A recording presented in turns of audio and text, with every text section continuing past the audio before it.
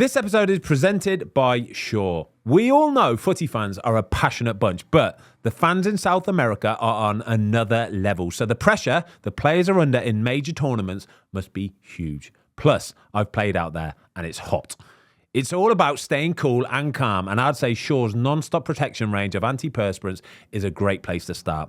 It has 72-hour non-stop sweat and odour protection that will keep you fresh and dry on and off the pitch. Shop now at Boots. Shaw, it won't let you down. Today's Fozcast guest needs no introduction. Over 200 Premier League games. He's won it all. Club World Cup, Champions League, Premier League, 4 FA Cups. And despite all of this, he is still only the second most famous person under his own roof. Alex Oxlade-Chamberlain, welcome to the Fozcast. How are you, mate? Very good, mate. Thanks for having me, boys. This has been a long time in the making, I feel. It has been a long time in the making, hasn't it? But we got here. We need to say a massive thank you to Centurion Golf Club down in London. They have given us the usage of their room today, the garden room, this is called. Yeah. And it is a thing of beauty as well. One of our better looking sets, isn't it? It is one of our better looking sets. The It is course nice. looks unreal as well, by the way. It does, yeah. First time I've been in this room. Is it?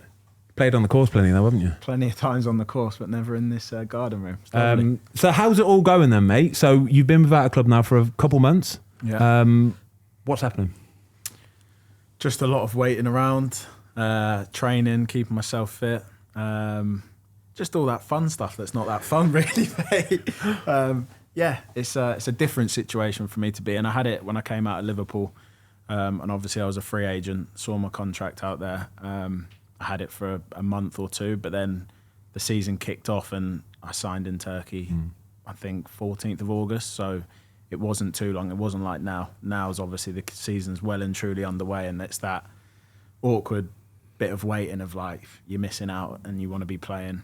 So it's different. It's not a nice situation for any footballer to be in, I'm sure, but I'm fortunate enough that I've put myself in the situation where I can choose what's best for me, and I've said no to things. So yes, there's more in play now, family, children, be a bit more selective, but yeah, ultimately the whole thing is you want to get back playing and going again as soon as possible. Is it a worrying situation? Is it an awkward situation? Because you just have to, like I say, you're keeping fit, you're doing your own football training and all the drills that need to be done. So in effect, you're just waiting for a phone call, aren't you?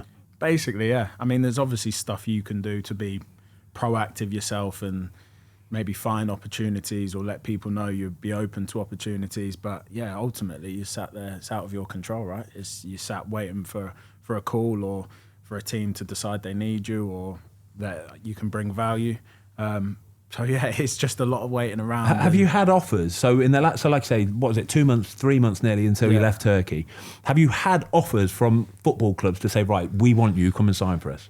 Yeah, but to be fair, the majority of them have been Europe, away from home. And for me, I did 2 years away, which I found difficult on a family level. I was going 6 weeks, 8 weeks without seeing my son, my missus, mum and dad. They didn't even get a look in, because if I ever come back for a day or two, it would be seeing them, seeing him. So yeah, that was difficult. So I just knew I don't want to do that again. I want to be back in England, and it's just waiting for the right thing to pop up back here, really, or close enough that makes sense for a family thing. Because I think once you have children, it changes things. It's not all just about me now and completely about football. It needs to suit that as well. So yeah, I've had offers and I've had to say no to them because it wasn't right for me and for us. So then your pull comes down to, you're saying I want to be here. Then it's just waiting for the right thing, the right project, something I can be excited about to go into and hit the ground running. Hopefully. What's it like watching Premier League football on a Saturday afternoon when you haven't got a job? Do you know what I mean? You've been in it. You've been in it for nearly 15 years now, yeah? Yeah. 16 years, sorry. What's it like watching on a Saturday afternoon? You're a bit like, I just need to be out there soon. There is, yeah. I think I was saying to you before, just before we started, I think when I went to Turkey, I sort of had that in my first season where I was looking back at the Premier League and where I'd just come from, thinking, God, it's a big game, Liverpool, United or whatever. So I think because I've had that for 2 years, it's a little bit different for me looking at the Prem and watching football. I just think watching football in general whilst you're not playing and you're not at a club, there is that little element of like, I should be out there this weekend doing something. But yeah, there is definitely, because I had the 2 years away from it and away from the biggest league in the world. Yeah. I had that sort of period to almost grieve the Premier League, and you miss playing at that level and then big games. So it is slightly different for me now. I just think any football comes on. I think a Bundesliga game came on, and just that reminder of, it's Saturday, I should be playing football, and I'm not. I'm doing X, Y, and Z. That's the difficult thing when you're a free agent, for sure. I think as well, because you broke on so early, on the scene so early, like, people may think you're a bit older than you are, but you've only recently turned 32. So there's being out of the Premier League's one thing, and then people may have a misconception about your injuries as well, because you've played nearly 500 games. It's a lot of football, which kind of dispels that myth a bit, doesn't it? Yeah, that whole injury misconception thing that's haunted me for years. I can remember when I did my ACL at Liverpool. It was in 2018, and I can remember going into interviews in 2021, and people are still asking me about my ACL.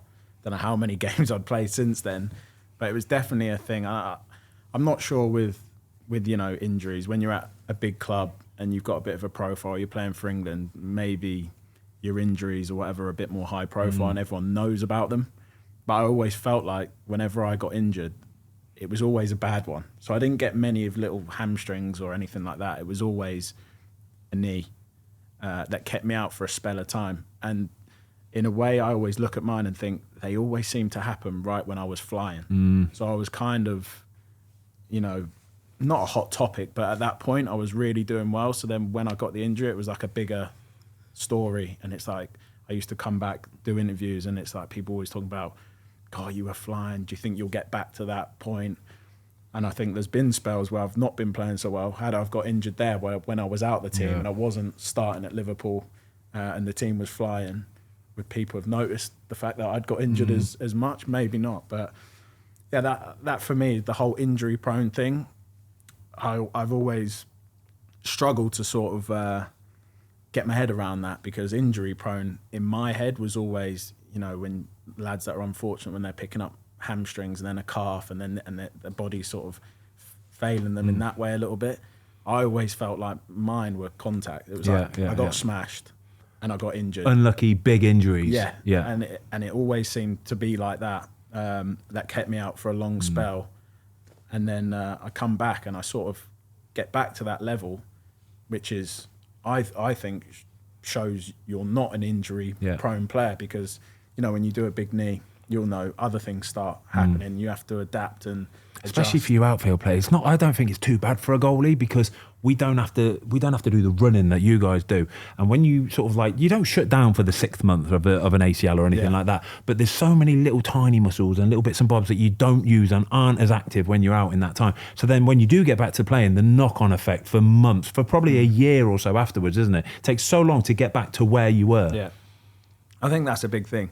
And I think also how, when you come back from a big injury, how you're integrated back into things. And I look at, so for example, my situation at Liverpool, when I did my ACL, I was out for a year with that.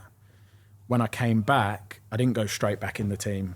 I'd spent 6 months sort of on the peripheries, coming off the bench here and there, but I didn't play much. And then I think at that point, that's when people then start, it's almost like your injury's extended. Yeah. Whereas I look at Verge when he did his, and it was horrendous injury as well. He's an amazing player, amazing athlete, he could physically cope with it.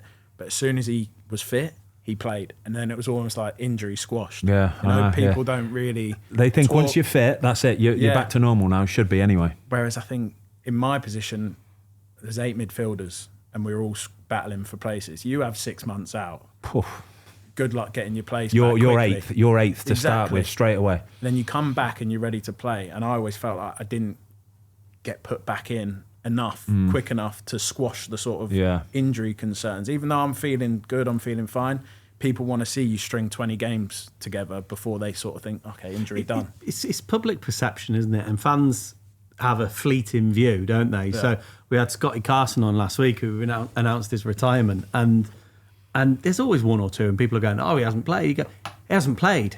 You go, he's played over 500 games. Yeah. Like, it's a hell of a lot of football, isn't it? Like, to hit 500 games in a career. In a 16-year career so far to date, that equates at about 35, 36 odd games per season. So I think straight away there can dispel it. I've got some, so like you say earlier about sort of some of the big injuries you had that really sort of stifled you. So in 2012, when you got into the England team, you were one of the starting players for England, basically. Same in 2015, same in 2017. But then a big injury would, like you say, just stifle it a little bit. One of the injuries, 2014 World Cup, the final warm-up game, Ecuador. It was in Miami. Do you remember they had all the lightning and stuff like that? Final game, and then you got injured. So the whole of the tournament you missed from that point on, didn't you? Yeah, so there was I did my MCL. I don't know if you remember it. Tackled a fella, and he's tripped up, and I've carried on running past him, and the ref's blown up for a foul. So as I've stopped to turn around to say, come on, ref. The fella's still doing roly-polies, like milking it. And he's carried on rolling. And as I've turned, he's just rolled straight into the side of my knee.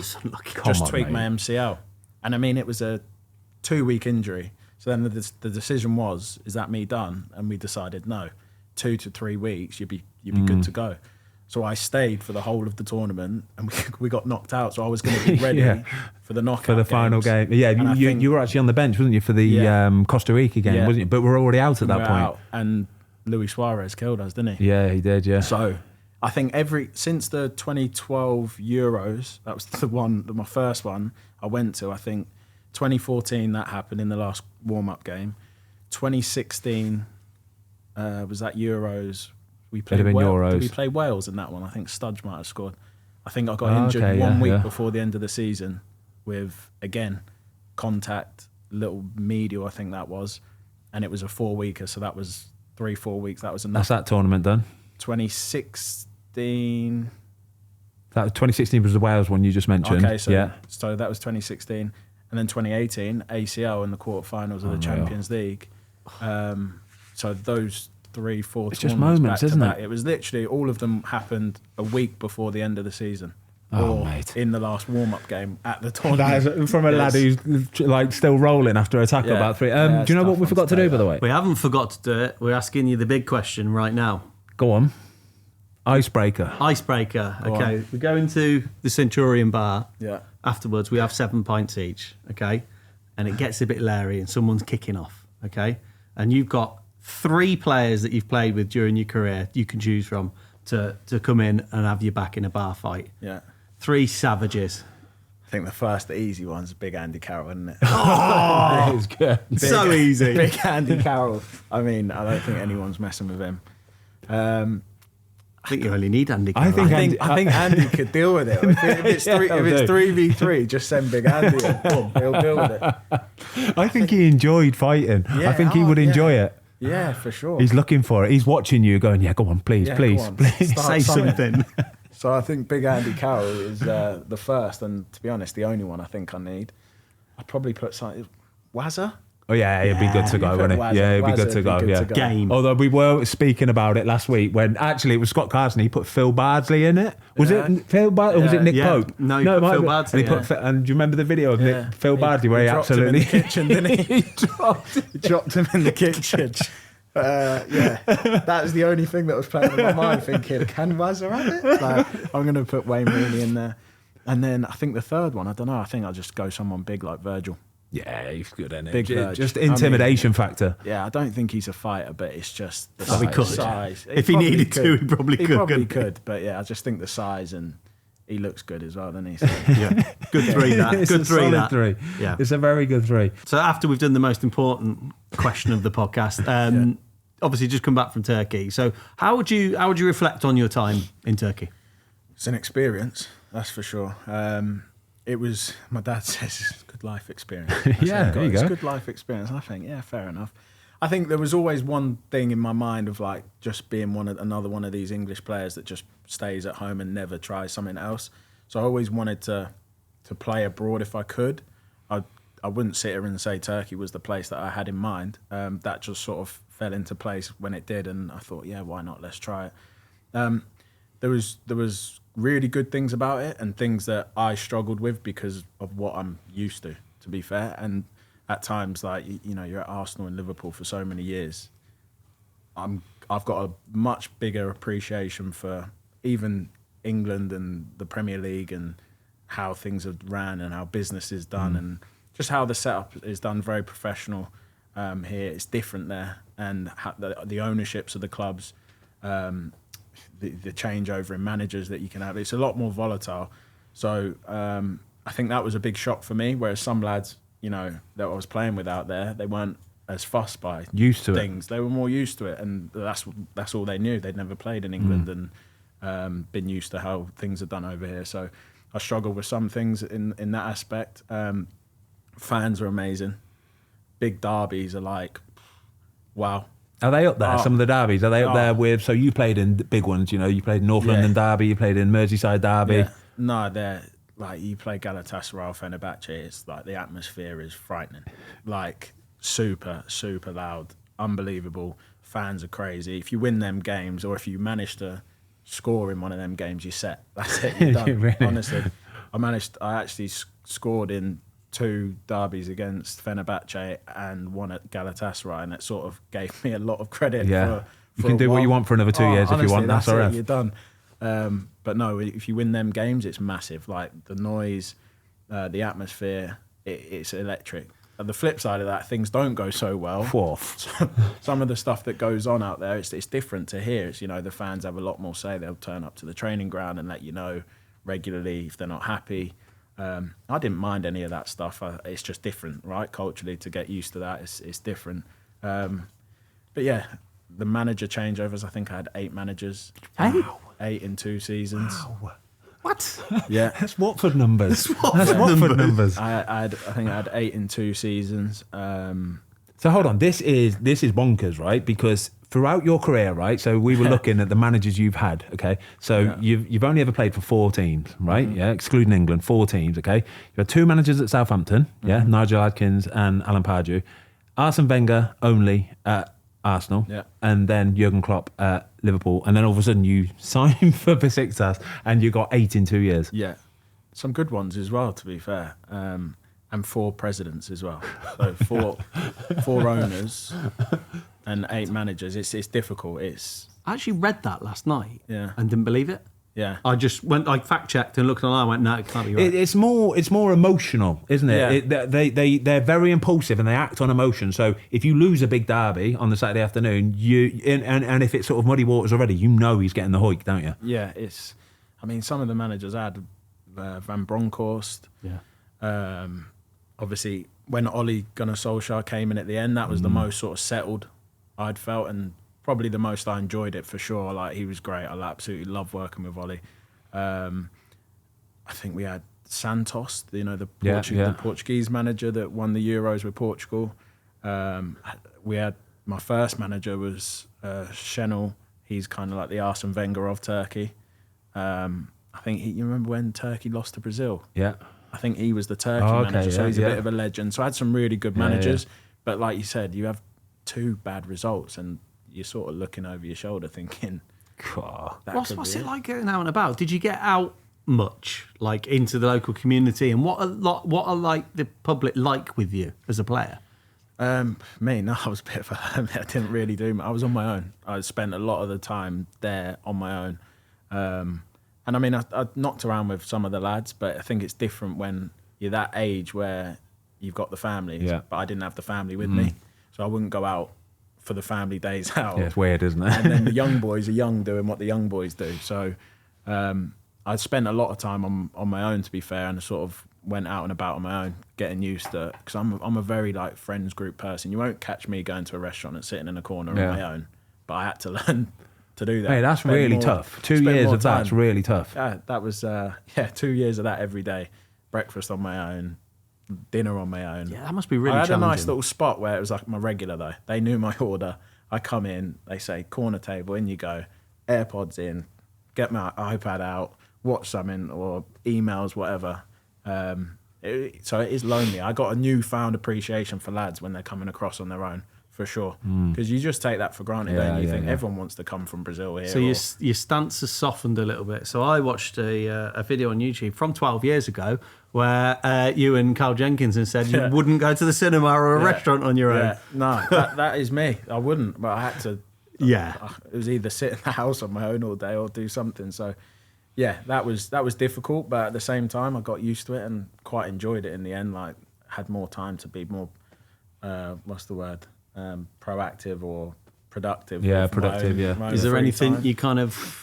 I always liken it to lockdown. I guess when you're isolated a lot. Is there anything you picked up, like any new interests or? I'd love to say I had all sorts of aspirations to learn a language or something. I never got quite that far with any of that, but all just generally managing like life and taking stuff off people. I had to have people here helping me with, invoicing stuff and, sorting little things you've got everywhere because you're always busy and then you've got family and whatever. I had more free time and I started to dive into the normal stuff that as a footballer you don't see it, you don't touch it, you don't do. And I started looking at YouTube videos, learning about the economy a bit more and financial stuff a bit more and understanding tax and how it all of this stuff, so with that I quite enjoyed it. And then I've got quite a few business things that go on and my mate can call me at all times of the day and I would always answer.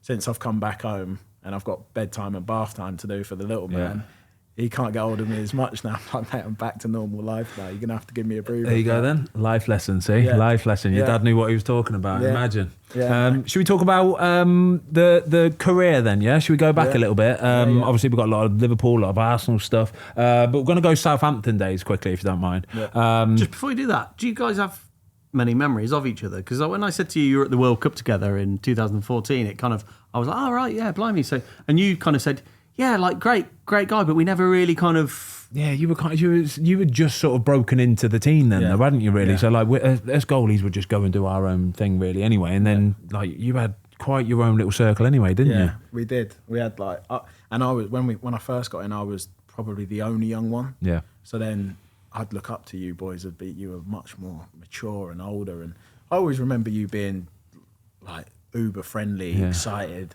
Always like funny. Excited. Do you know what I mean? Generally, because like when you're coming in the team with Lamps and Gerrard, and it was all a bit scary. Daunting, yeah. You have a few of the senior boys that make you feel comfortable.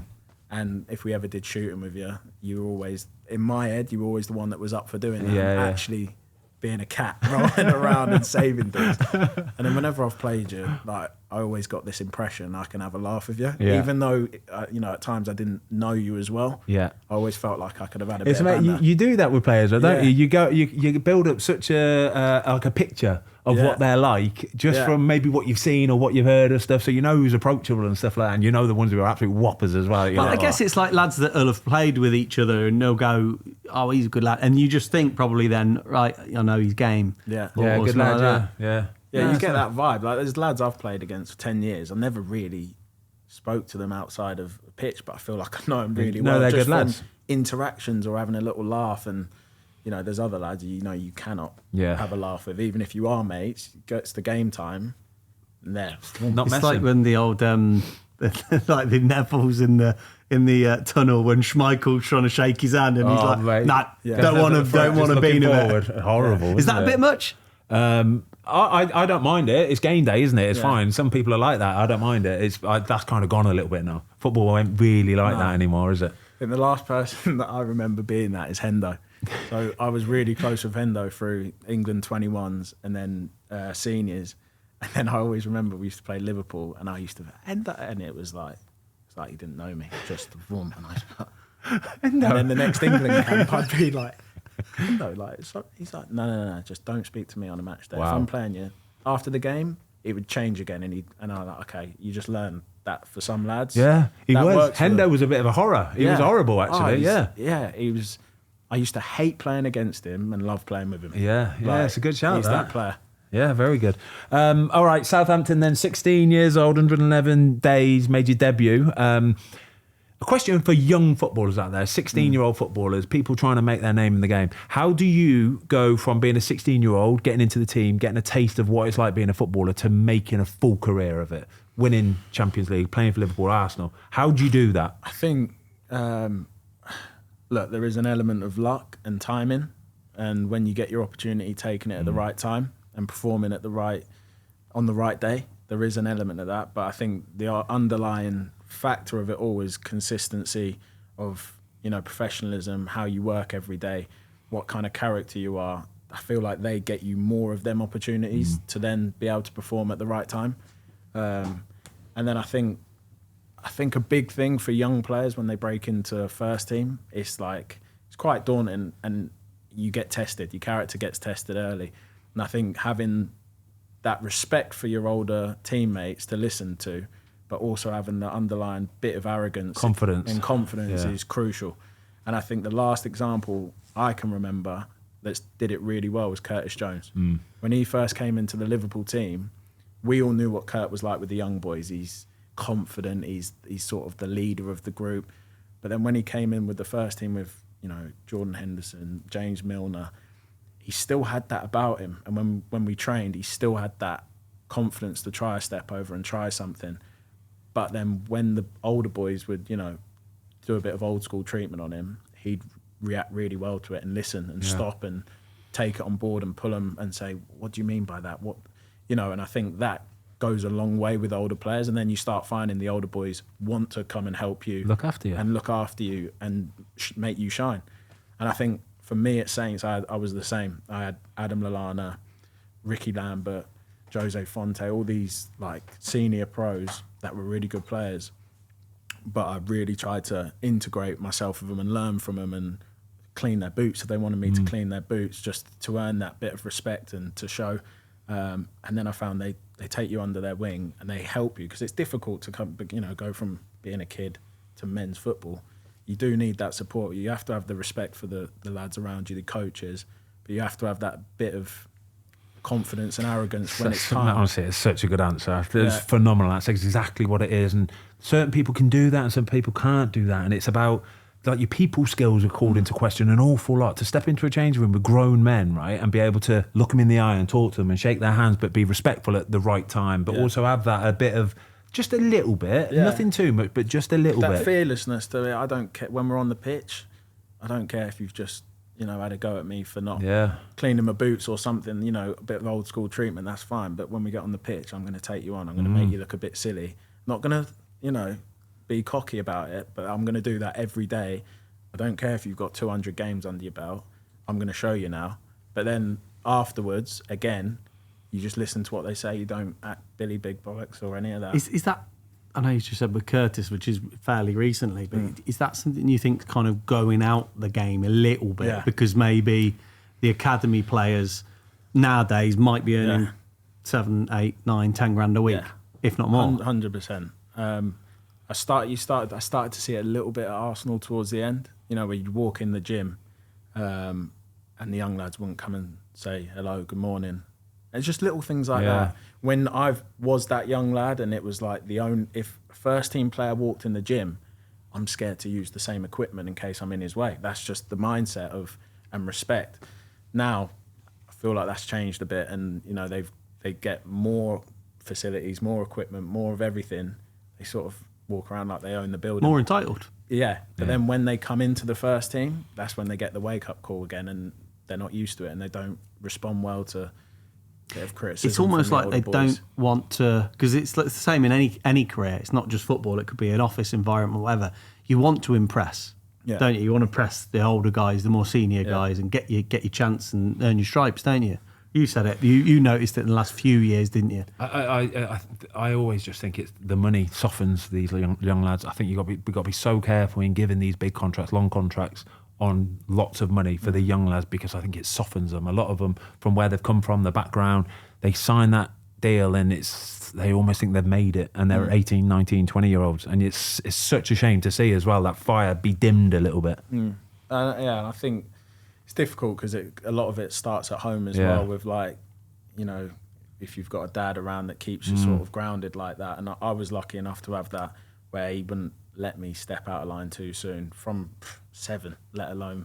I remember when I signed for Arsenal, obviously I'd just been bought what was 15 million or whatever, and the biggest thing for me, I was worried about what car I drove into the training ground as first impression. That was on my mind, and I thought, I need to get a car now.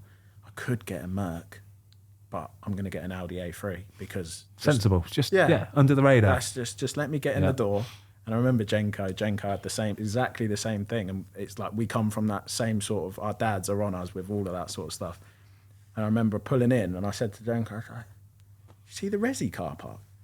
Ranges, there's this, there's that. And I was thinking, what's going on here? Like they're like at Southampton with the real old school lads, that mentality that wouldn't have been allowed. And I think now that probably is creeping more and more into the game.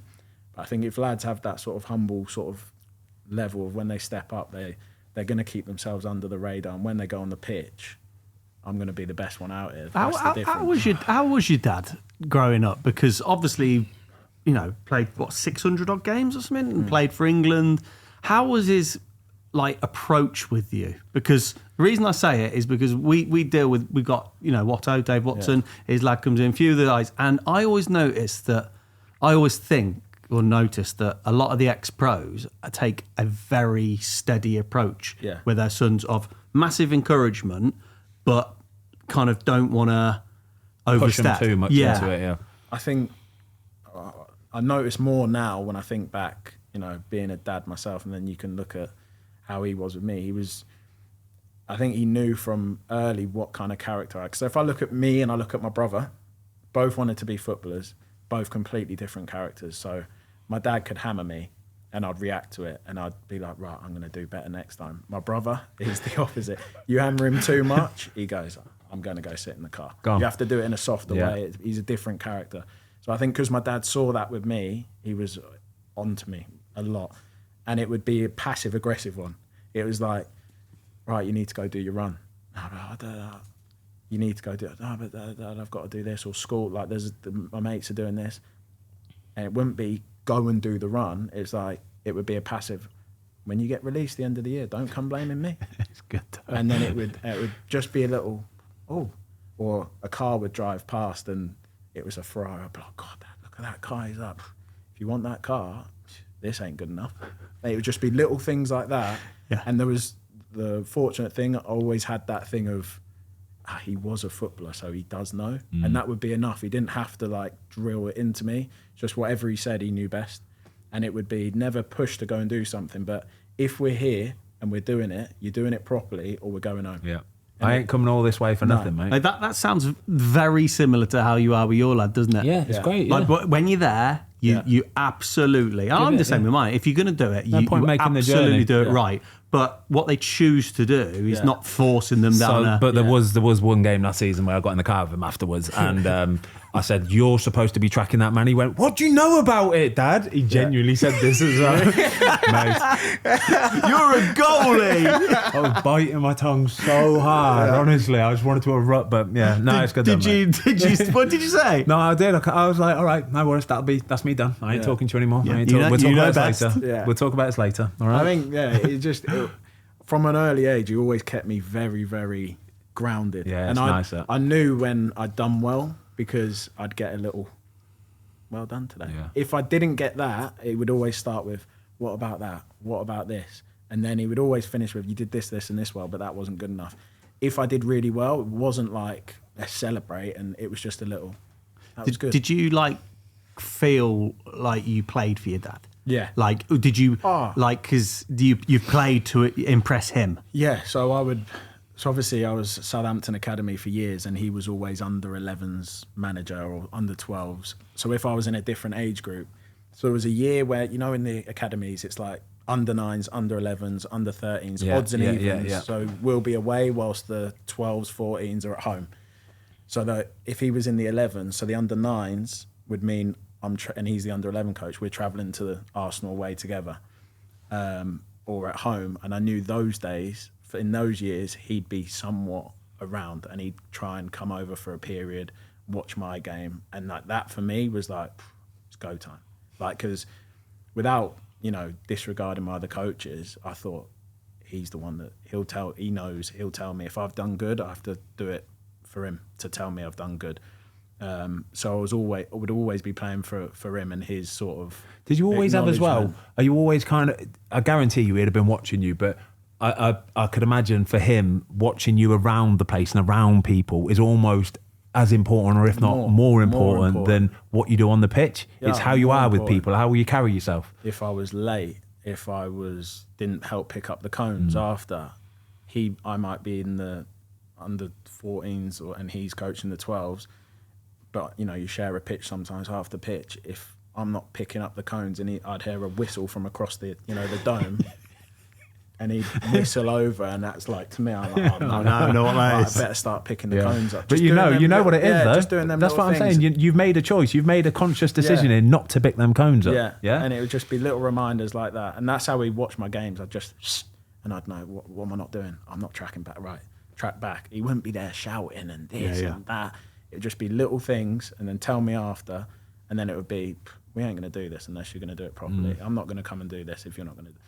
And that was, for me, that was always enough. But from when I got in the under 11s, that was probably my best and most difficult season because he was my manager. Oh, yeah.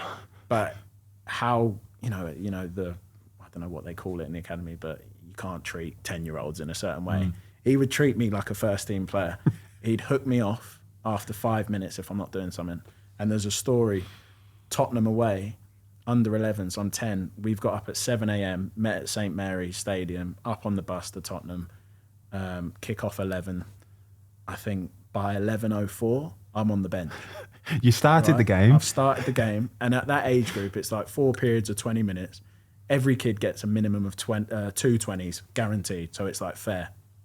Me, no. Whilst he was in charge, if I'm not doing something right, he pulled me off, I remember.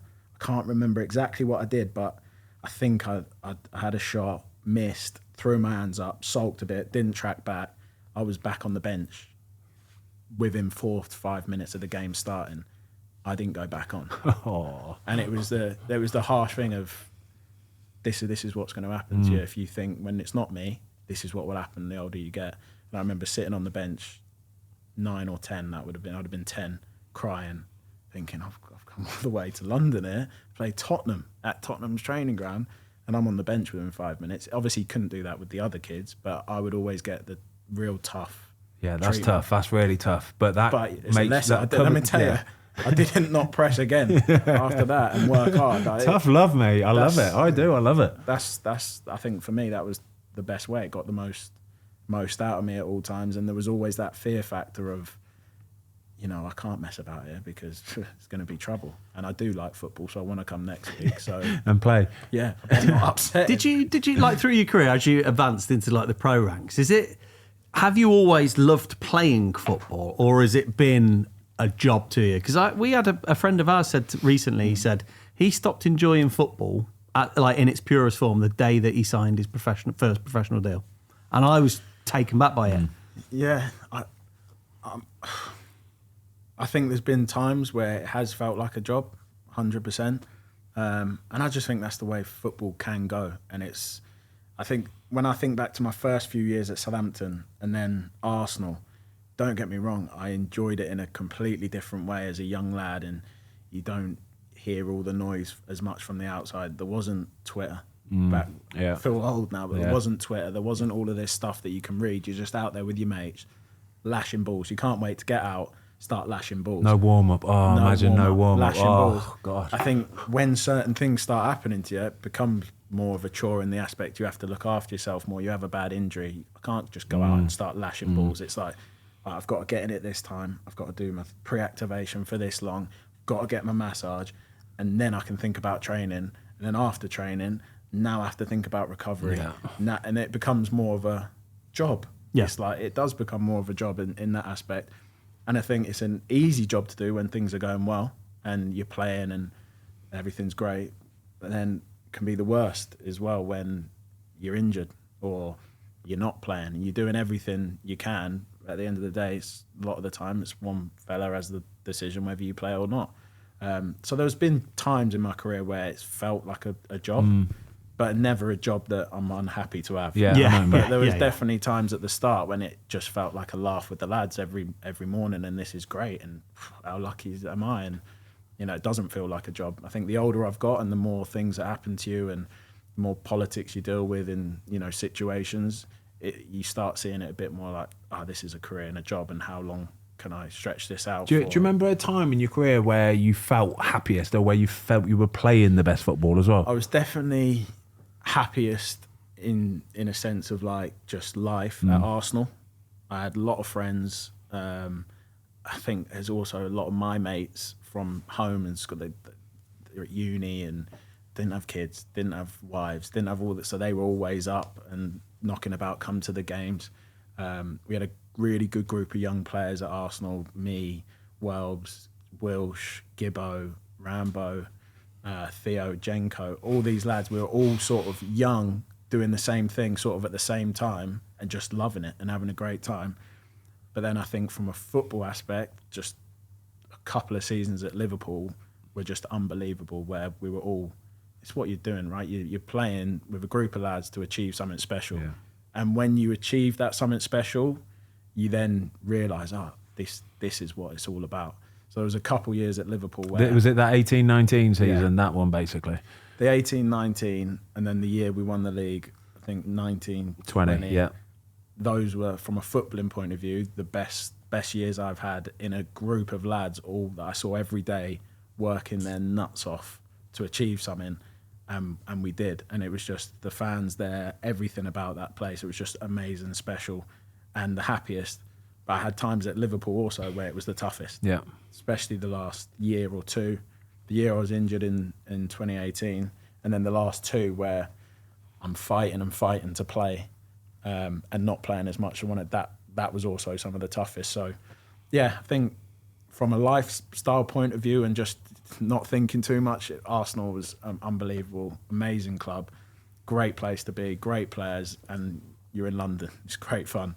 And then a couple of years at Liverpool were just amazing. Right, I've got a question. This is going to be a brutal one, right? So you played with... So your favourite position, central midfield, right? Yeah.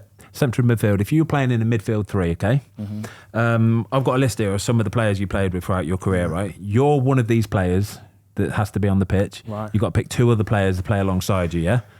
There's probably two questions here. One, who would you enjoy playing with the most? And two, who are the best ones you've ever played with? So I've got Fabinho, Wijnaldum, Henderson, Ozil, Aaron Ramsey, Arteta, Wilshere, Cazorla, Thomas Rosicky. Yeah, wow. But first of all, who would you enjoy playing with the most? From Arsenal and Liverpool, just them two. Whatever you want. Who I would enjoy playing with the most, I'd say... Santi Cazorla, I put him as number one for me in a lot of these combos. Really? Yeah.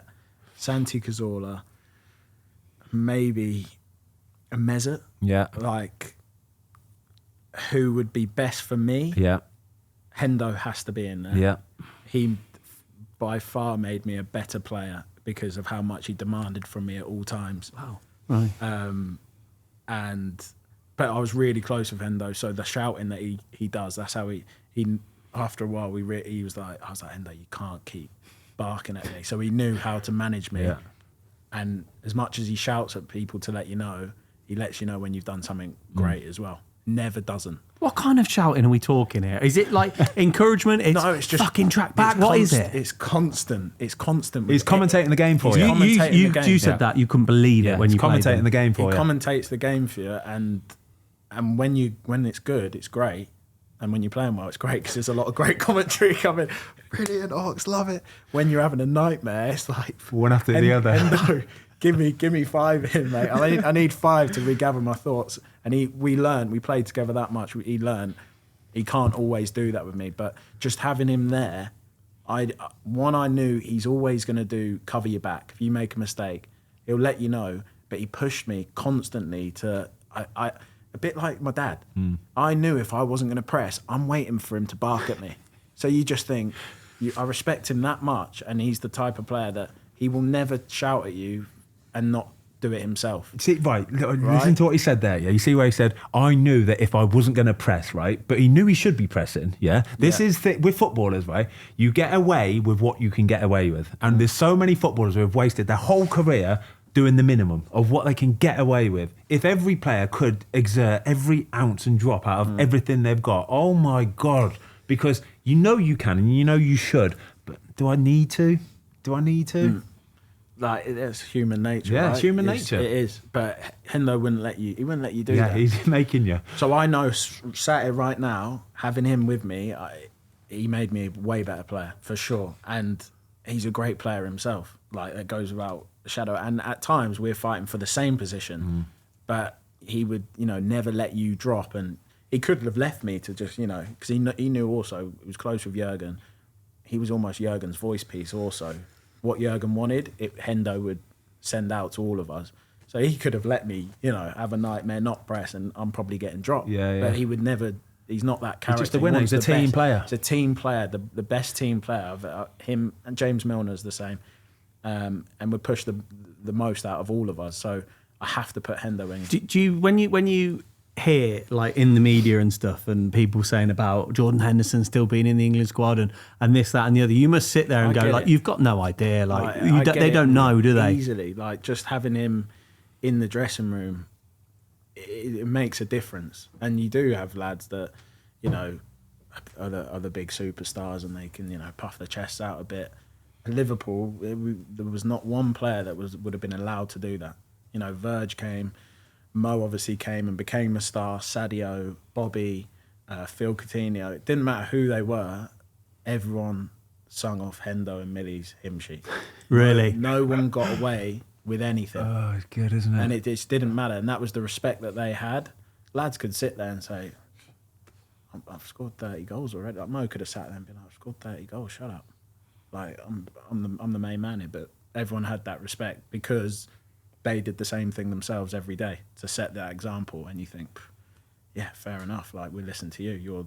It's so I could listen to this. It's a dying breed, though. Them players are, and again, until you're behind the scenes with it and you get to see it first, up close and personal every day, you don't understand how it's everything. They drive the team. Them two guys, you talk about world beaters and you're winning Champions League and Premier Leagues and stuff because of Mo Salah, because of them. But it's them two, James Milner, little old James Milner and Jordan Henderson. It's like having a quarterback on the pitch, isn't it? Yeah, but for barking orders. And I've got some corkers from, like, me and Millie often speak about some just like moments on the pitch where he's calling me out and I'm just saying, Millie, I'm gone.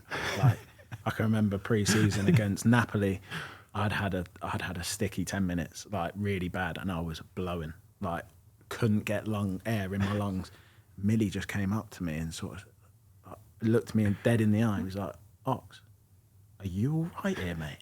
But, like, not like messing about, just condescending. Like, I knew, I am having a nightmare. He's like, are you all right here? Disgusted with me. Like, half angry. Half angry, but like, not shouting, just generally concerned. Like, are you all right? I said, Millie, I'm not, mate. I'm in bits here. I'm gone. I can't breathe. And, like, my reaction and my honest response, he started laughing, and just getting a laugh out of Millie on that pitch is like, when he's in war mode, it's brilliant. We'll still speak about that to this day. But there was not a minute in any game where you're not getting judged by them two for your standards. They're not comparing it with them, because he could be having a sticky 5 and giving it away. But if I am also, he'd still be on to me. Yes. Whilst worrying about himself, he'd let you know at all times. And with anyone, they'd both do it really well. And yeah, you just follow them boys into battle. Like, there's some players that haven't got the capabilities to be able to do their own stuff and then look after you and look after him and look after everybody else. They haven't got them capabilities. I'm that player. Yeah. I can focus on myself, and I'll beat myself up if I'm, giving the ball away. I haven't got them the energy to then start really help them guys. Because I'm the player that thinks, well, I haven't got it in me to tell him, you need to buck up.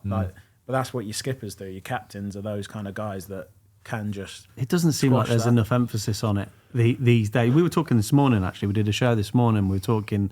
Enzo Maresca has, in the Premier League, has never picked a player above the age of 30, and we were, like, quite taken back by that. And I said to you, didn't I? I said, does that mean that there's just a lack of experience and leaders in the team. And it's dwindling. I think even now, the numbers are dwindling from what it's always been in the Premier League, in football in general, where those guys who are able to give everything, they've got all this emotional intelligence and be able to help everybody else. But the tail's wagging the dog a little bit, isn't it? Because it's ran by people that are going, what's the resale value? If I bring in a 30-year-old, like, look at yourself now. You've been there, you've done it, you've got the T-shirt, you've done everything. Great player. Any more smoke blowing up your ass? But do you know what I mean, though? And yet there might be the perception it's 32, and you kind of go, these players are just invaluable. And in a world where someone can scoop you up without having to pay 15 million quid, it just feels like it's dropping out of the game, like the judgment. Yeah, I can only speak about it from when I was the 17, 18-year-old in that environment. The only thing I looked at was who's the experienced ones, how are they doing it? And you've mentioned Riziki there, or people like that. I'd look at these boys and think, whatever he's doing, I'm going to follow. And I think at England, my last year at England, it started to also change where all of a sudden I was 26, 27, me and Harry Kane were like the senior lads, and we were like 26, 27. Wow. Mad, isn't it? And they'd speak about us as like the senior ones, and I'm thinking, I'm a kid as well. I feel like them. I don't need this from my 20s. I don't want it, all right? Whereas when I first went in, it was like, you do well to find many lads under 30 in that team. Yeah. But for me going in, and any young player coming in, just the ultimate respect you have for the older boys, your Scott Parkers, your Michael Carricks, John Terry, like Rooney, Lampard, Gerrard, I would go in and be like, wow.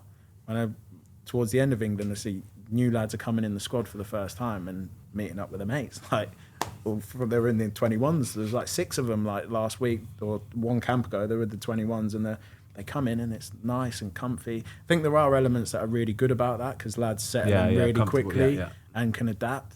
But it is a bit, for me, I'm a bit more old school. I think you have to have the leaders, the older boys to set the example. I think only time will tell as to which method of doing it is best. But I totally agree with you. I think you always have to have them slightly grumpy, slightly grumpy characters who you're very wary of, a little bit scared of almost. Yeah, for sure. Yeah. It makes a big difference. I think it makes all the difference. Well, I think generally a great way of putting it is how I was as a kid with my dad.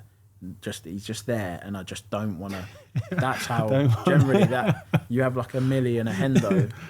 They're unbelievable off the pitch, by the way. Yeah, banter around the lads, but when it's work time, they're them characters that you don't want to let them down. Yeah, and even on the training pitch, it's the same. Yeah. They're horrible. They're on you because there's days where you want an easy day in training as well. But as soon as it comes to it, if you misplace a pass or and you give you a look, and it takes. Were you like that look. with young goalies or? From get go, I'd love it. It's a competition every day. Every day was a competition. Is see if I could be the cleanest catcher, and you had young lads who kind of come in and you see them. They've grown up in this new system where it's not the end of the world if they drop a ball. If it's not if it goes through their hands, and I was just gobsmacked by it. Gobsmacked, honestly.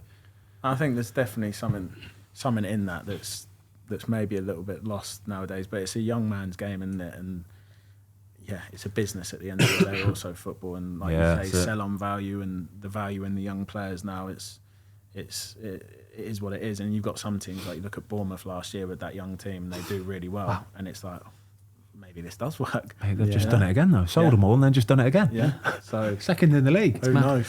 Should we talk about that Liverpool 2018-19 season then? So. Second in the Premier League. Listen to this, 38 games you played that year, Liverpool. Won 30, drew 7, lost 1, and you came second. It's pathetic, is what it is. But was it 99 or 98 99 points? Man City obviously 1 or 2 points, didn't they? But you did go and win the Champions League that season. Yeah. Highlight of your career? Yeah, and at the same time I was injured. Yeah. So it was like, there was that looming thing. I think it was quarterfinal. You played in the quarterfinal, didn't you? Or semi-final, first leg. Yeah, semi-final, first leg. I did it in the semi-final of the first leg against Roma, and I think I was a big part of that last sort of push towards the back end of that season. It was the best I played for sure. From that December to when I did it in April, that was the best I'd ever been playing, and it was just automatic. Everything was just automatic. I wasn't thinking about anything. like the connection I had with Trent and Mo on my side, it was unbelievable. So then, I lose out on the final in the semi-final, and it was like, I want to go and win because I feel a part of it. But then when we're on that pitch and I'm on the crutches, I was like, oh no, like, am I allowed to claim this? Like, does this still count? Because I'm not in the squad for the final and I'm injured. But yeah, definitely a massive, massive highlight. So you didn't feel like getting your kit on? Hold on. On the pitch. Hold on. So so Scott Carson on the podcast last week. He played one Premier League game and one Champions League game in 6 years at Man City. But if you look at his CV, it says he's won Champions League, Premier League. And I said to him, do you count that? Would you say I've won the Premier League? Yeah. And he's very sort of modest, isn't he, Scott? And he sort of said, not really. No, I can't really count that. Are you counting the Champions League? Yeah, for that, the second one I am. So that when I got injured, it was that thing of I want to win, but there's always that thing of like, if we win and I'm not here.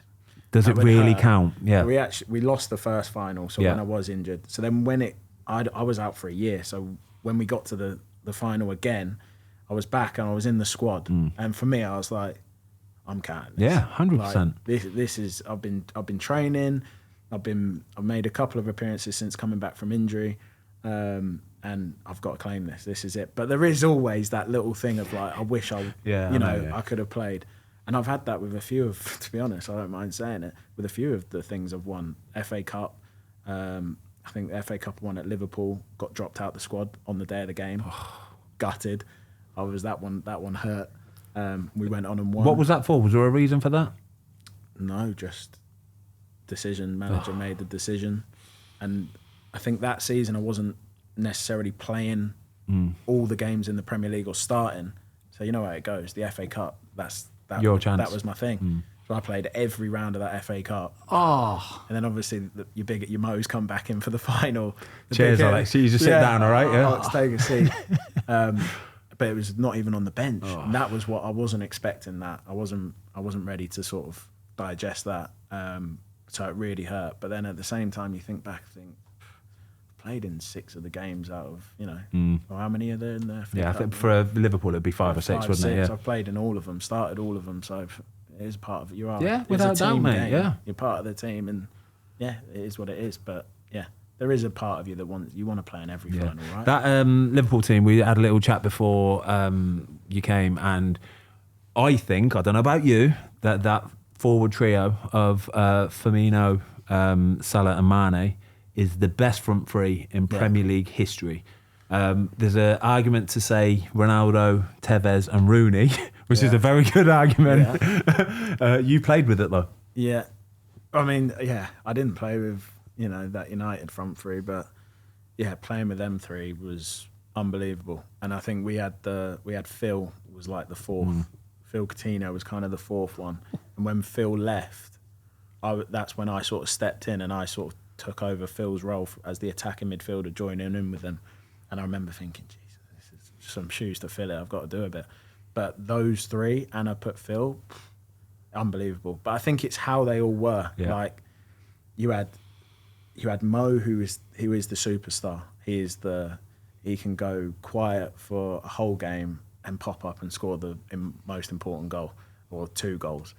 You had Bobby that would be okay with scoring 12, 15 goals a year, but the work he did for everyone else and for them too especially was unbelievable. He complemented them so well and the rest of us. And then you had Sadio. He was the one where if you're having a nightmare as a team, you could just lump that thing up to Sadio.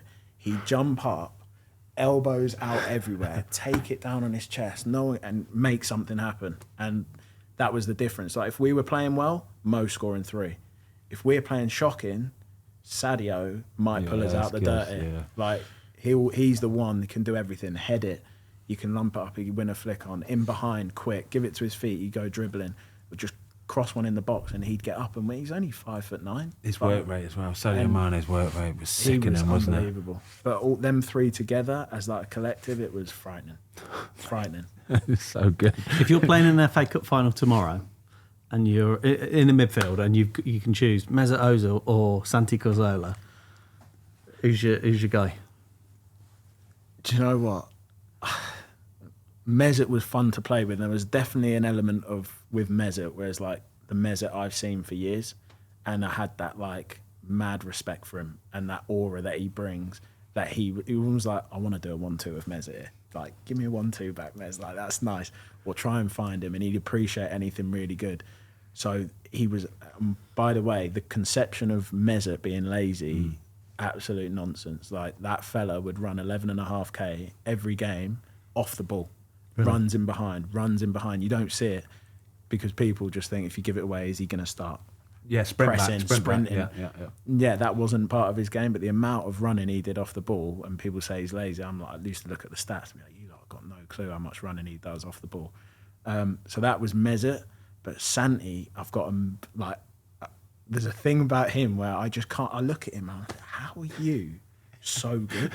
He defies everything that you think makes a footballer. You're either technically unbelievable, and you can be physically not as good, or you're technically not as good and you have to be an athlete.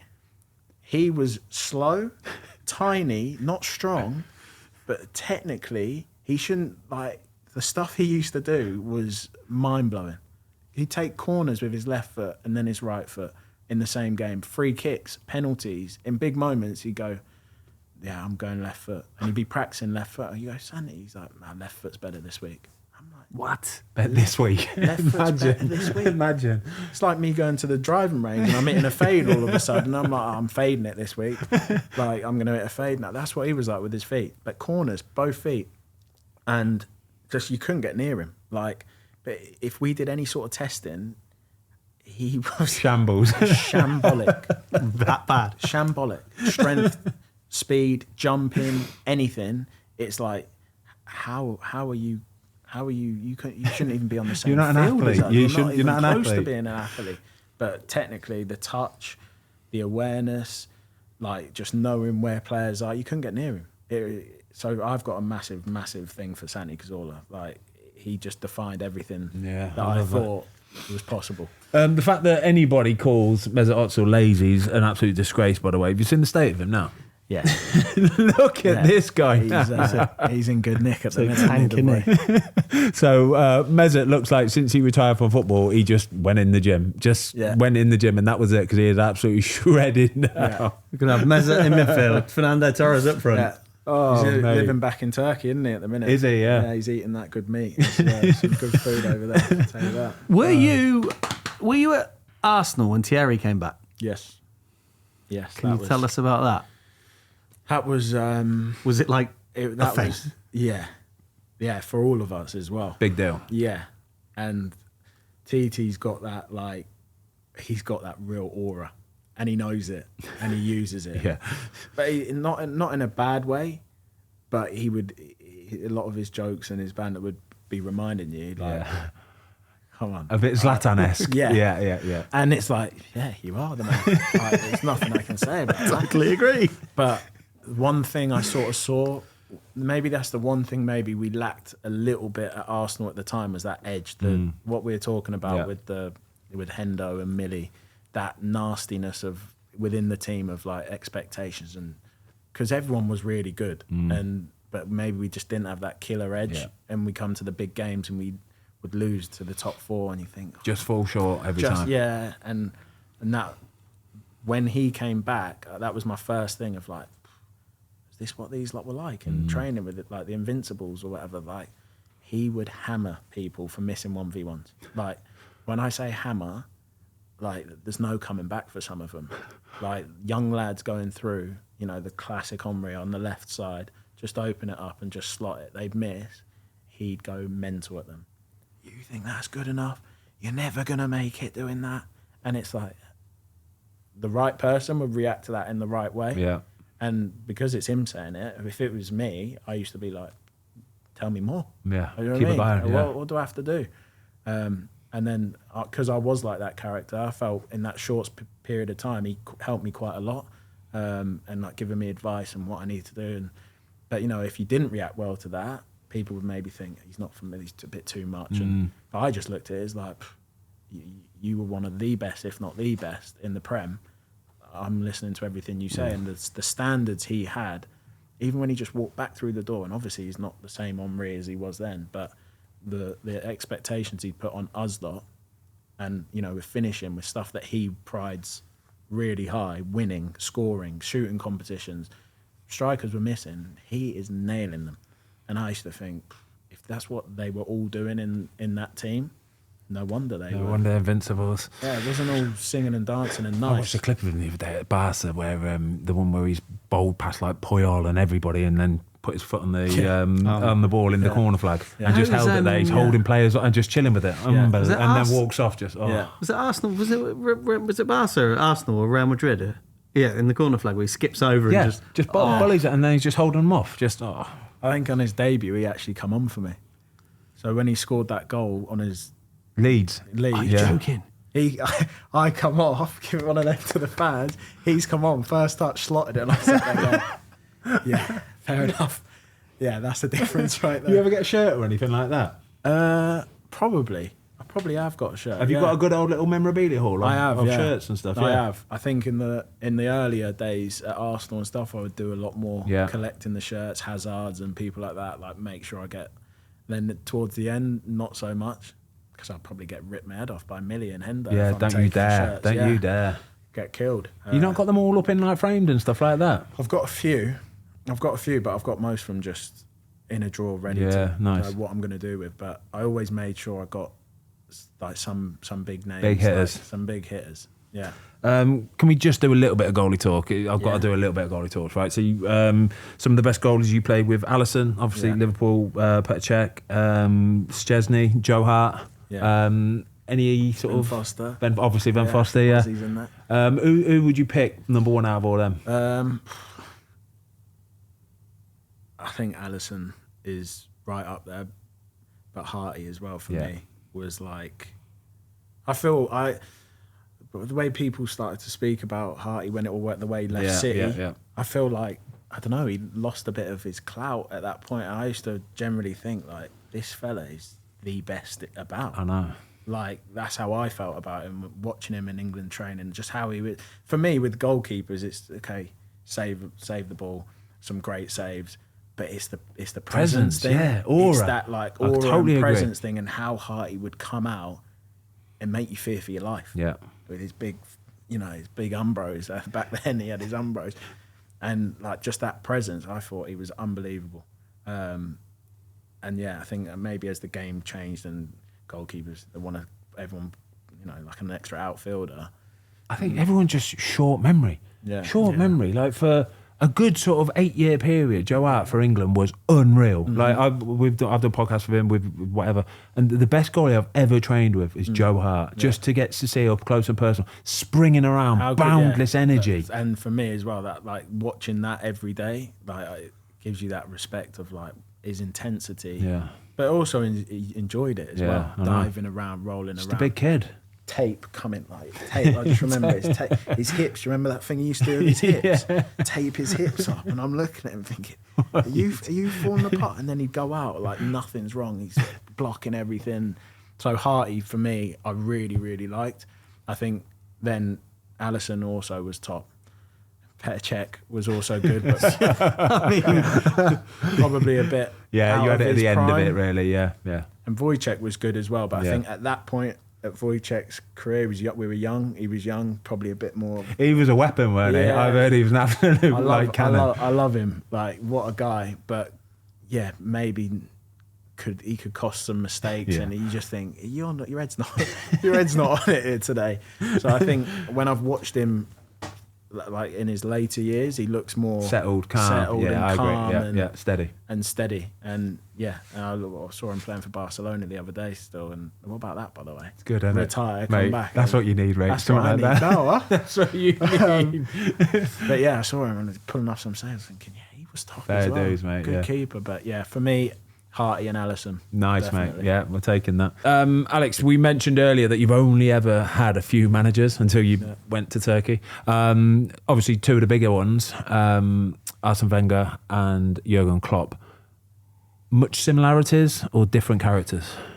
Completely different. Chalk and cheese. Really chalk and cheese. I think after working with both of them, I can pick apart bits I liked, bits I didn't like as much, or I wouldn't say didn't like, but just areas where they were really good and areas where maybe, So with Arsène, I just think with him, I'd still really, really value anything that he had to tell me about football, life, anything. Like, he was that philosopher to us, like a lot of like a father figure for a lot of lads, and how he gave everyone time. And if you were his guy, he would really give you the time to grow and not put too much, like, not pressure, but he would let you make mistakes, talk to you about them, go and do it again. Or, I'd come off some games, but like, boss, sorry about that. He'd be like, don't worry about that. Like, we'll get better. It'll get better. He was just complete football, total football. Where we maybe lacked at that point of how I look at the game now, an analyst or analysis, that's the word, sorry. We did none of it. Absolutely none. And it was actually, funnily, Mikel that made him bring it in. No way. So we used to just focus on us. Us, yeah. What do you mean, Mikel, while he was playing? Mikel Arteta made him... So Mikel was the one that said, listen, like, enough's enough. Like, I need to see a video of Watford and what they're doing. Because we didn't do it before that. So we would just talk about what we're going to do, and he would say, if we do this, they can't beat us. And that was it. He would have, like, say it was Watford, Troy on the board, written, not on a PowerPoint, written on the board, Troy and whoever might have been playing off him, the wingers, and he would just say, he runs here with a big arrow. He runs here, he runs there, he drops here, he does this. And that was it. And you just sort of looking at the runs on the board, like the arrows, and that was 5 minutes, if that. Corners, they say, they hit second post, and that, no video, no nothing. And we just go out. And so like Friday, no real set piece meeting or anything like that? No real team meeting in depth or anything? No. If there was like something glaringly obvious that like they did, or second balls, that we'd go and do a session on that. But again, it was about us. Yeah. Like, where are we? What position are we in for second balls or set pieces? There was never any visual on what the other team was doing. But quickly, right? I don't mind that. Honestly, personally, I don't mind that, because we used to, obviously, I've only ever played for teams where we know on Saturday we're likely to be an underdog, yeah? So when you're watching a video of Arsenal and Man United and Man City and Chelsea, right? Honestly, I come out the meeting thinking, oh, mate, we're going to get pumped. We're getting battered tomorrow. Yeah. This is dog shit. So I used to think, maybe you're best not showing us. Ignorance is bliss. Maybe. Like, that was just how he did it. It was all about us, and that was his focus. I think maybe the more set pieces started to become a thing, and routines and all these things, and we're losing games because of it. I think there was a point when Mikel sort of said, we need something now. And then we started the proper meetings where we were watching video and stuff. So that was maybe one thing. And then I just think he was so well respected, but his style wasn't shouting and screaming, and everyone really looked up to him and loved him, but without maybe enough fear. Yeah. He would expect you to do what needs to be done. Yeah. And if you don't, he wouldn't shout and scream. So I think if you had a squad at whichever year we had it, and we weren't doing that ourselves, then maybe he wouldn't force it out of you. Yeah. It's probably great if you've got a couple enforcers in the team to actually do it, but if you haven't. Mikel and Per became that for us, those two characters. And then the flip side is, like, at Liverpool, that was Jurgen's biggest attribute, I thought, is literally getting the absolute most out of everyone, physically first of all. And like me, I went there as a winger come midfielder, attacking player. He'd be celebrating me blocking the left back channel ball out for a throw. The dirty work. And I gained an appreciation for that other side of the game that I never really thought of before. Like, you do it because you do it, but I used to go into games excited to block it and see him going, getting the crowd going. And then when it comes to his team talks and everything like that, like you feel like you're going over the trenches into war, like how he'd rile you up. And there wasn't, in that Liverpool team, there was not one game I didn't think we were going to win. Every time we went out, Arsenal, City, whoever it was, we were going to win. Like, that was the environment he made. But then like the difference in the football styles, and Arsène was just pure soccer. And I look at that and think, like some of the stuff he used to the nuggets he'd give you was just like unbelievable. And there was parts of that I missed, like, you know, especially as a forward player. So my biggest thing was, as a forward player, you're out for 2-3 games, and then you're back in, and then you're out for 2 games, and you're back. You don't get that rhythm. And with Arsène, that was always, he understood that completely. Like, if you had ever had an injury, you're out for 4 weeks, in his mind, it's going to take you 3 weeks. He's going to give you 3 weeks. Yeah. Whereas at Liverpool, with Jurgen at times, I felt like if you come back in and you don't hit the heights that he's used to, or used to for you, there's no patience. And he'd be like, what's up? Like, what's wrong? I'm like, he'd have to have combos with him. And he's like, but usually you turn in that pocket and you're not running into someone. Like, oh, what's the difference? And I was like, boss, when I've got Vincent Kompany steaming up behind me, I couldn't sit here and tell you how I know which way to turn. I know. But I know when I'm 6 games in and I've got a feeling and I'm not thinking. Autopilot. I can't explain why he'd be like, why are you overrunning the ball in that final? And I'm like, I just feel a bit rusty. And he didn't have as much patience with understanding that kind of thing. And as a forward player, like, sometimes you need that, right? You need, like, and you've been out for a couple of games, or if you're playing every 3 games starting and you're not really hitting your heights, and you're saying that to the manager, you need him to understand, like, I get it. Whereas he was a lot better at understanding work rate, effort, your attitude, stuff like that. And there was obviously some players in our team that would always give that 120%, and he really sort of understood that. Whereas I feel like at times with like a player like me, where I felt I needed a bit of rhythm at times, he couldn't understand why, if I haven't played the last 2 or 3, why I'm not hitting the heights, or, you know. And that was always a frustrating thing that me and him sort of had. And not in a bad way, but when you ask me to compare, when I look back to Arsène would have completely understood that side, but then I wouldn't have got from Arsène what Jürgen gave you when you are flying, and how to make the whole team just literally run through brick walls. So they both had really good elements, and completely different at the same time. It'd been good if you could have had like a Jurgen Klopp in like year 4 or 5 at Arsenal, or 3 or 4 at Arsenal or something. Do you know what I mean? He is the kind of, I know Jurgen could go into any team and 100% make them 10 times better. Improve them, yeah. Like, and not really have to worry about what the team's doing. And because if I think about how we played at Liverpool, we had ideas, but most of it was to do with our counter press. In terms of actually attacking, like, patterns of play, and that, like, it was kind of freestyle, and it was great players.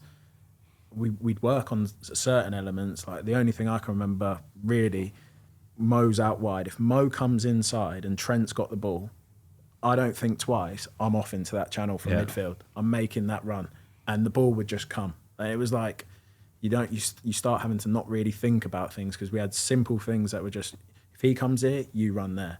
If Mo does that, you stay here. And there was a few things like that we worked on, but in terms of intricate patterns, we didn't have that. It was almost just freestyle. It changed a bit towards the end when your Thiagos came and we went to a bit more possession-based, as opposed to just press and win it back and go. So it changed. But when I think back to the Arsenal days, there was a lot more keep ball and all the little things that we did in terms of in possession was, you remember that goal that Will scored when it was like 1-2, 1-2, like that stuff's no coincidence. When, like, that's how we training. 1-2's 1-2. Talk about autopilot. That goal is the biggest, like, just fluid autopilot, just a thing of beauty, wasn't it? Yeah, but that's how we would train. I remember when I got to Liverpool, I was like, this is different. Like, I was dead for the first 3 months. I just started the first 3 Prem games for Arsenal, 90, and a whole pre-season. My first 3 months at Liverpool, I don't think there was 1 week where I felt good. I was on the edge of Working harder. like just body. Was training bits. harder. Everything. My body was in bits for Fozzy for 3 months. And you've just done a pre-season and you're fully fit at this moment in time. 3 games into the season, 90s. My body was at breaking point in like hammies every day, thinking, Jesus, this is hard. Like once I crossed that barrier, I was unstoppable in my mind. Like there was no issues of injuries. I could sprint 80th minute, 90th minute, didn't matter. I was flying.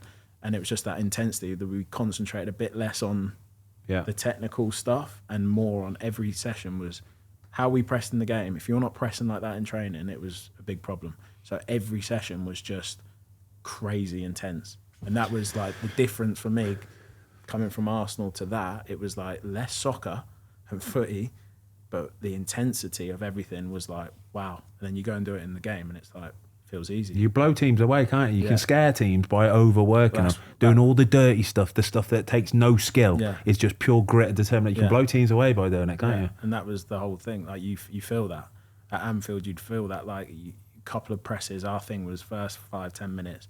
If Sadio's flying into a tackle and then Hendo and then me, we're backing him up in the crowd. You'd know straight away they're gone. Like that's. I remember playing away at Anfield and. Somebody's passed the ball back to me and I know I've got to do it quickly because we're playing against that front three, Firmino and Mané. James Milner will shut me down. Yeah. I had to do it quick because James Milner was slide tackling me and I'm thinking, you're playing left back. How are you slide tackling me here? The manager used to call it organised chaos. Yeah. That's what he wanted. He's like, I don't care if it's the left back pressing him there. Whoever's the nearest or close, just go and we'll figure out the rest. Just go and 2 or 3 have to back him up, otherwise it's a big issue. And it was always another thing that sticks for me from him is you could play the worst ball in the world and he would say, he'd show the video, he'd say, I don't care, but that was the best ball he could play. That's how I want you lot to think of it. Chase it until it's out of play. So if someone just launched it, everyone's job was make that unreal. Get up to it and chase and press, and that always stuck with me. Whereas at Arsenal, lads would have been like, what was that? Give it to my feet. Or play it on the right side of my foot. Do you know what I mean? Yeah, into let me run onto it. I don't want it just to my feet, all right? Soccer. Play it to Mesut's right. He'd be moaning, stick it on my left. Yeah, that was the difference. Ox, mate, that's been phenomenal. Absolutely brilliant, mate. Thank you so much. We just got a couple of quick fires for you. If you don't, one answer, one word answers. That's doesn't have to be one word. I'm going to struggle with these, I know it. No, these are doddles, mate, honestly. All right, first off, what is your tipple, your one drink that you'd go for? Alcoholic? Yeah. I think Guinness. Oh, it's good. I think a Guinness. Coming into Guinness season now as well, isn't it? I think it's a Guinness, yeah. What's one thing that bothers you way more than it should? It doesn't have to necessarily be about football. Something that just annoys you. You know it shouldn't really. It's a bit of a weird one. So it's a businessy kind of one. Right, I'm this type of person. You can call me at 10 o'clock, 8 o'clock, 6 o'clock, 6:30. If I can, I'll answer. My biggest thing is when people just switch off at 5 and they're like, I'm out of, you know what I mean? I'm out of hours. Yeah, it's frustrating. Yeah, like 4:30, out of hours. You're trying to get call the bank. No, we're gone. It's Friday. It's even earlier. That does my head in because I will answer to anyone whenever, weekend, whatever. But when I understand people got to have, private life and business, and work, yeah. So if you want to chat with Alex, we'll just put his number on the give me description. A call. 10 o'clock, 8 o'clock, whenever you want, I'll answer. Just not bath time. Not bath time, bedtime. 7 o'clock, I'm out. What years were the good old days in football for you? The pomp of the Premier League? Probably, 2012. Yeah. 13. Everyone always says similar-ish. Right, they were good days. I think when I think back to it now, compared to my last few years at Liverpool in the Premier League, there was 0 easy games. Yeah. But when you're at a big club at that point, there would be a nice few games where you're going on the pitch thinking, right, we're going to win 5. Can I get on the score sheet today? I'm looking forward to this today. Nowadays, everyone's unbelievable. It's a grind. The squads are huge. Yeah. Players are coming off the bench at the top. It's a grind now. Yeah. Good, yeah, it's good. What will a 45-year-old Alex Oxlade-Chamberlain do in day to day? Hopefully, a bit of golf, a bit of business stuff, more time, family time, and enjoying that sort of stuff. Family time, and what am I now? 32, so 12 years. My little boy's. He'd be old. Yes, he will. He's 16. What's that? Yeah, Hopefully, seeing him do something that he taking him on driving lessons and stuff. Yeah, that's nice, mate. That's mad. Who's your? I think we know the answer to this, but who's your best friend in football? Jenko. Right, Carl Jenkinson. And what 3 words would you use to describe him? To describe Jenko? Yeah. Oh, hilarious. Okay. Humble. A lot of integrity. Is that the same? Yeah, that's good. No, that's a great so word. Humble, integrity, and loyalty. It's nice, isn't it? And what 3 words would he use to describe you? Because we know. Wow. I hope the same. The same for him. Because we may have asked him this morning. Probably. If Jenko had to describe me. Help him out. Go on. Funny. Yeah. Genuine. Competitive. Yes. Oh, that's competitive. good. That's a good one from him. I'm definitely more competitive than him. Nah, I'm not having it. I don't think you are. It depends. Like with football, he's the most competitive. We had some corkers at Arsenal, 1v like best mates at Arsenal. Obviously, if ever I'm training against him, I felt good. Like I'd want to make him look stupid, and he'd want to smash me every time. There was no holding back. But outside of footy, I feel like I'm more competitive. Like if we go and play golf, it will burn my soul. It's on. It will burn me if he beats me. I think he's a bit. Do you make it unenjoyable? Because Ben's that competitive that when we do things, he makes things unenjoyable. Yeah. There was a bit of that last time we played golf yesterday. Actually, me and Jenko and a few of the lads. I think I was having a nightmare. Teed off, lost my first ball. I was 7 over through 3. Oh, and for the next 4 or 5 holes, I'm shouting, lads, what's the point? I might as well go home. Oh, you're not one of them, are you? And then I had to let it go, and and then I could enjoy my day. But I'm one of them. If I'm not, you're bringing everyone down with you. Everyone's coming down with me. Yeah. In fairness, a 7 over for 3 holes, mate. That ruins. Yeah, that ruins most people's day. Triple, that does. Bogey, triple, all the best. What's one thing about you that fans will not know? Oh, that's a hard one. That is a tough one. It is, isn't it? What's one? Come back to it. Yeah, let me have a think about that. What's your hype song? Your gym? Your high intensity? Your... One thing to get you going. I'd probably go Meek Mill. With what? Meek. The artist called Meek Mill, mate. I'm in my 40s. What? What's the song called? Dreams, Nightmares, and I can't think of the actual song title, but it's like it's a G me up song. It's a good going one. Yeah, get you going. You're a bit older now. What's your perfect date night? You've got kids. Perfect date night is what we do every time. It's out for dinner, no messing, eat, get the bill, get back home. Yeah, boom. Yeah. 40 no minutes bars. in and I don't out. want to go to a bar. Nah. None of that. We're in and we're out. Yeah, that's nice. And an early night as well. We're in and we're out. And finally, throughout your career, you played with a lot of people. If you had a quiz night, who is the player you'd want on your team? One. Yeah. James Milner. Yeah, good shout. The knowledge is frightening. Yeah, he is. When you start talking about Prem, early 2000s, you forget he's been playing for centuries. He's been going for centuries, that fella. Honestly, I'm going into my, I think, 18th season now in first team football. He saw that off years ago. He's 23 or 4, is he? He's going to break the all-time Premier League record, He you know? came through at 15, didn't he? And he's 40, 16. is he? He's 40. We looked at something the other day, how many England under 21 caps he's got. About 400. Right? It's like 45, I think it is. 45 under 21. Can you ever remember him being injured? No. Did he get injured? No.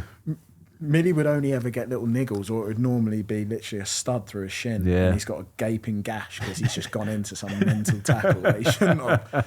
But like, yeah, no, he's a great build, isn't he? For a footballer, he is the perfect build. You said this the other day, honestly, didn't for you? longevity is the way he's built, like his legs But and he his looks after himself. Yeah, he so does. good Ridiculous. as well. He deserves Like, it. And he's just, I think a lot of it with him is also his just his mentality and mind over matter. And all Yeah, that just get on with it. Suck it up. One more. What other sports are you good at? Obviously, it's not golf. What's the one sport? I'm getting there. The golf at the minute. Yeah, we're all right at the minute. I think we're down to a 5 at the minute. Oh, yeah. Mate, that's So why 7 over the other day was the bad. head flies off, yeah. Yeah. I'm in that justified then, yeah. awkwardness of like, my expectations are through the roof. Yeah, I know, so yeah. anything... Because you can hit a worldie. Yeah, so it's getting better. It's probably about 5, 6 at the minute. But cricket, I was... Yeah? Yeah, that was like the other sport where I was like playing it 4 times a week and I'm flying it. I love it. Had to sack it for the football in the end. I'd say, yeah, cricket and football, table tennis. Yeah. A bit of a sport bully then. Everything. Yeah, no, I love it, yeah. Yeah. 5 handicap. Alex, that was phenomenal. Thank you for having me. No, boys. thanks Really for coming, enjoyed it. mate. It's been an Thank you absolute so much. pleasure. I'm straight to the Up the straight to Fozcast. the pitch.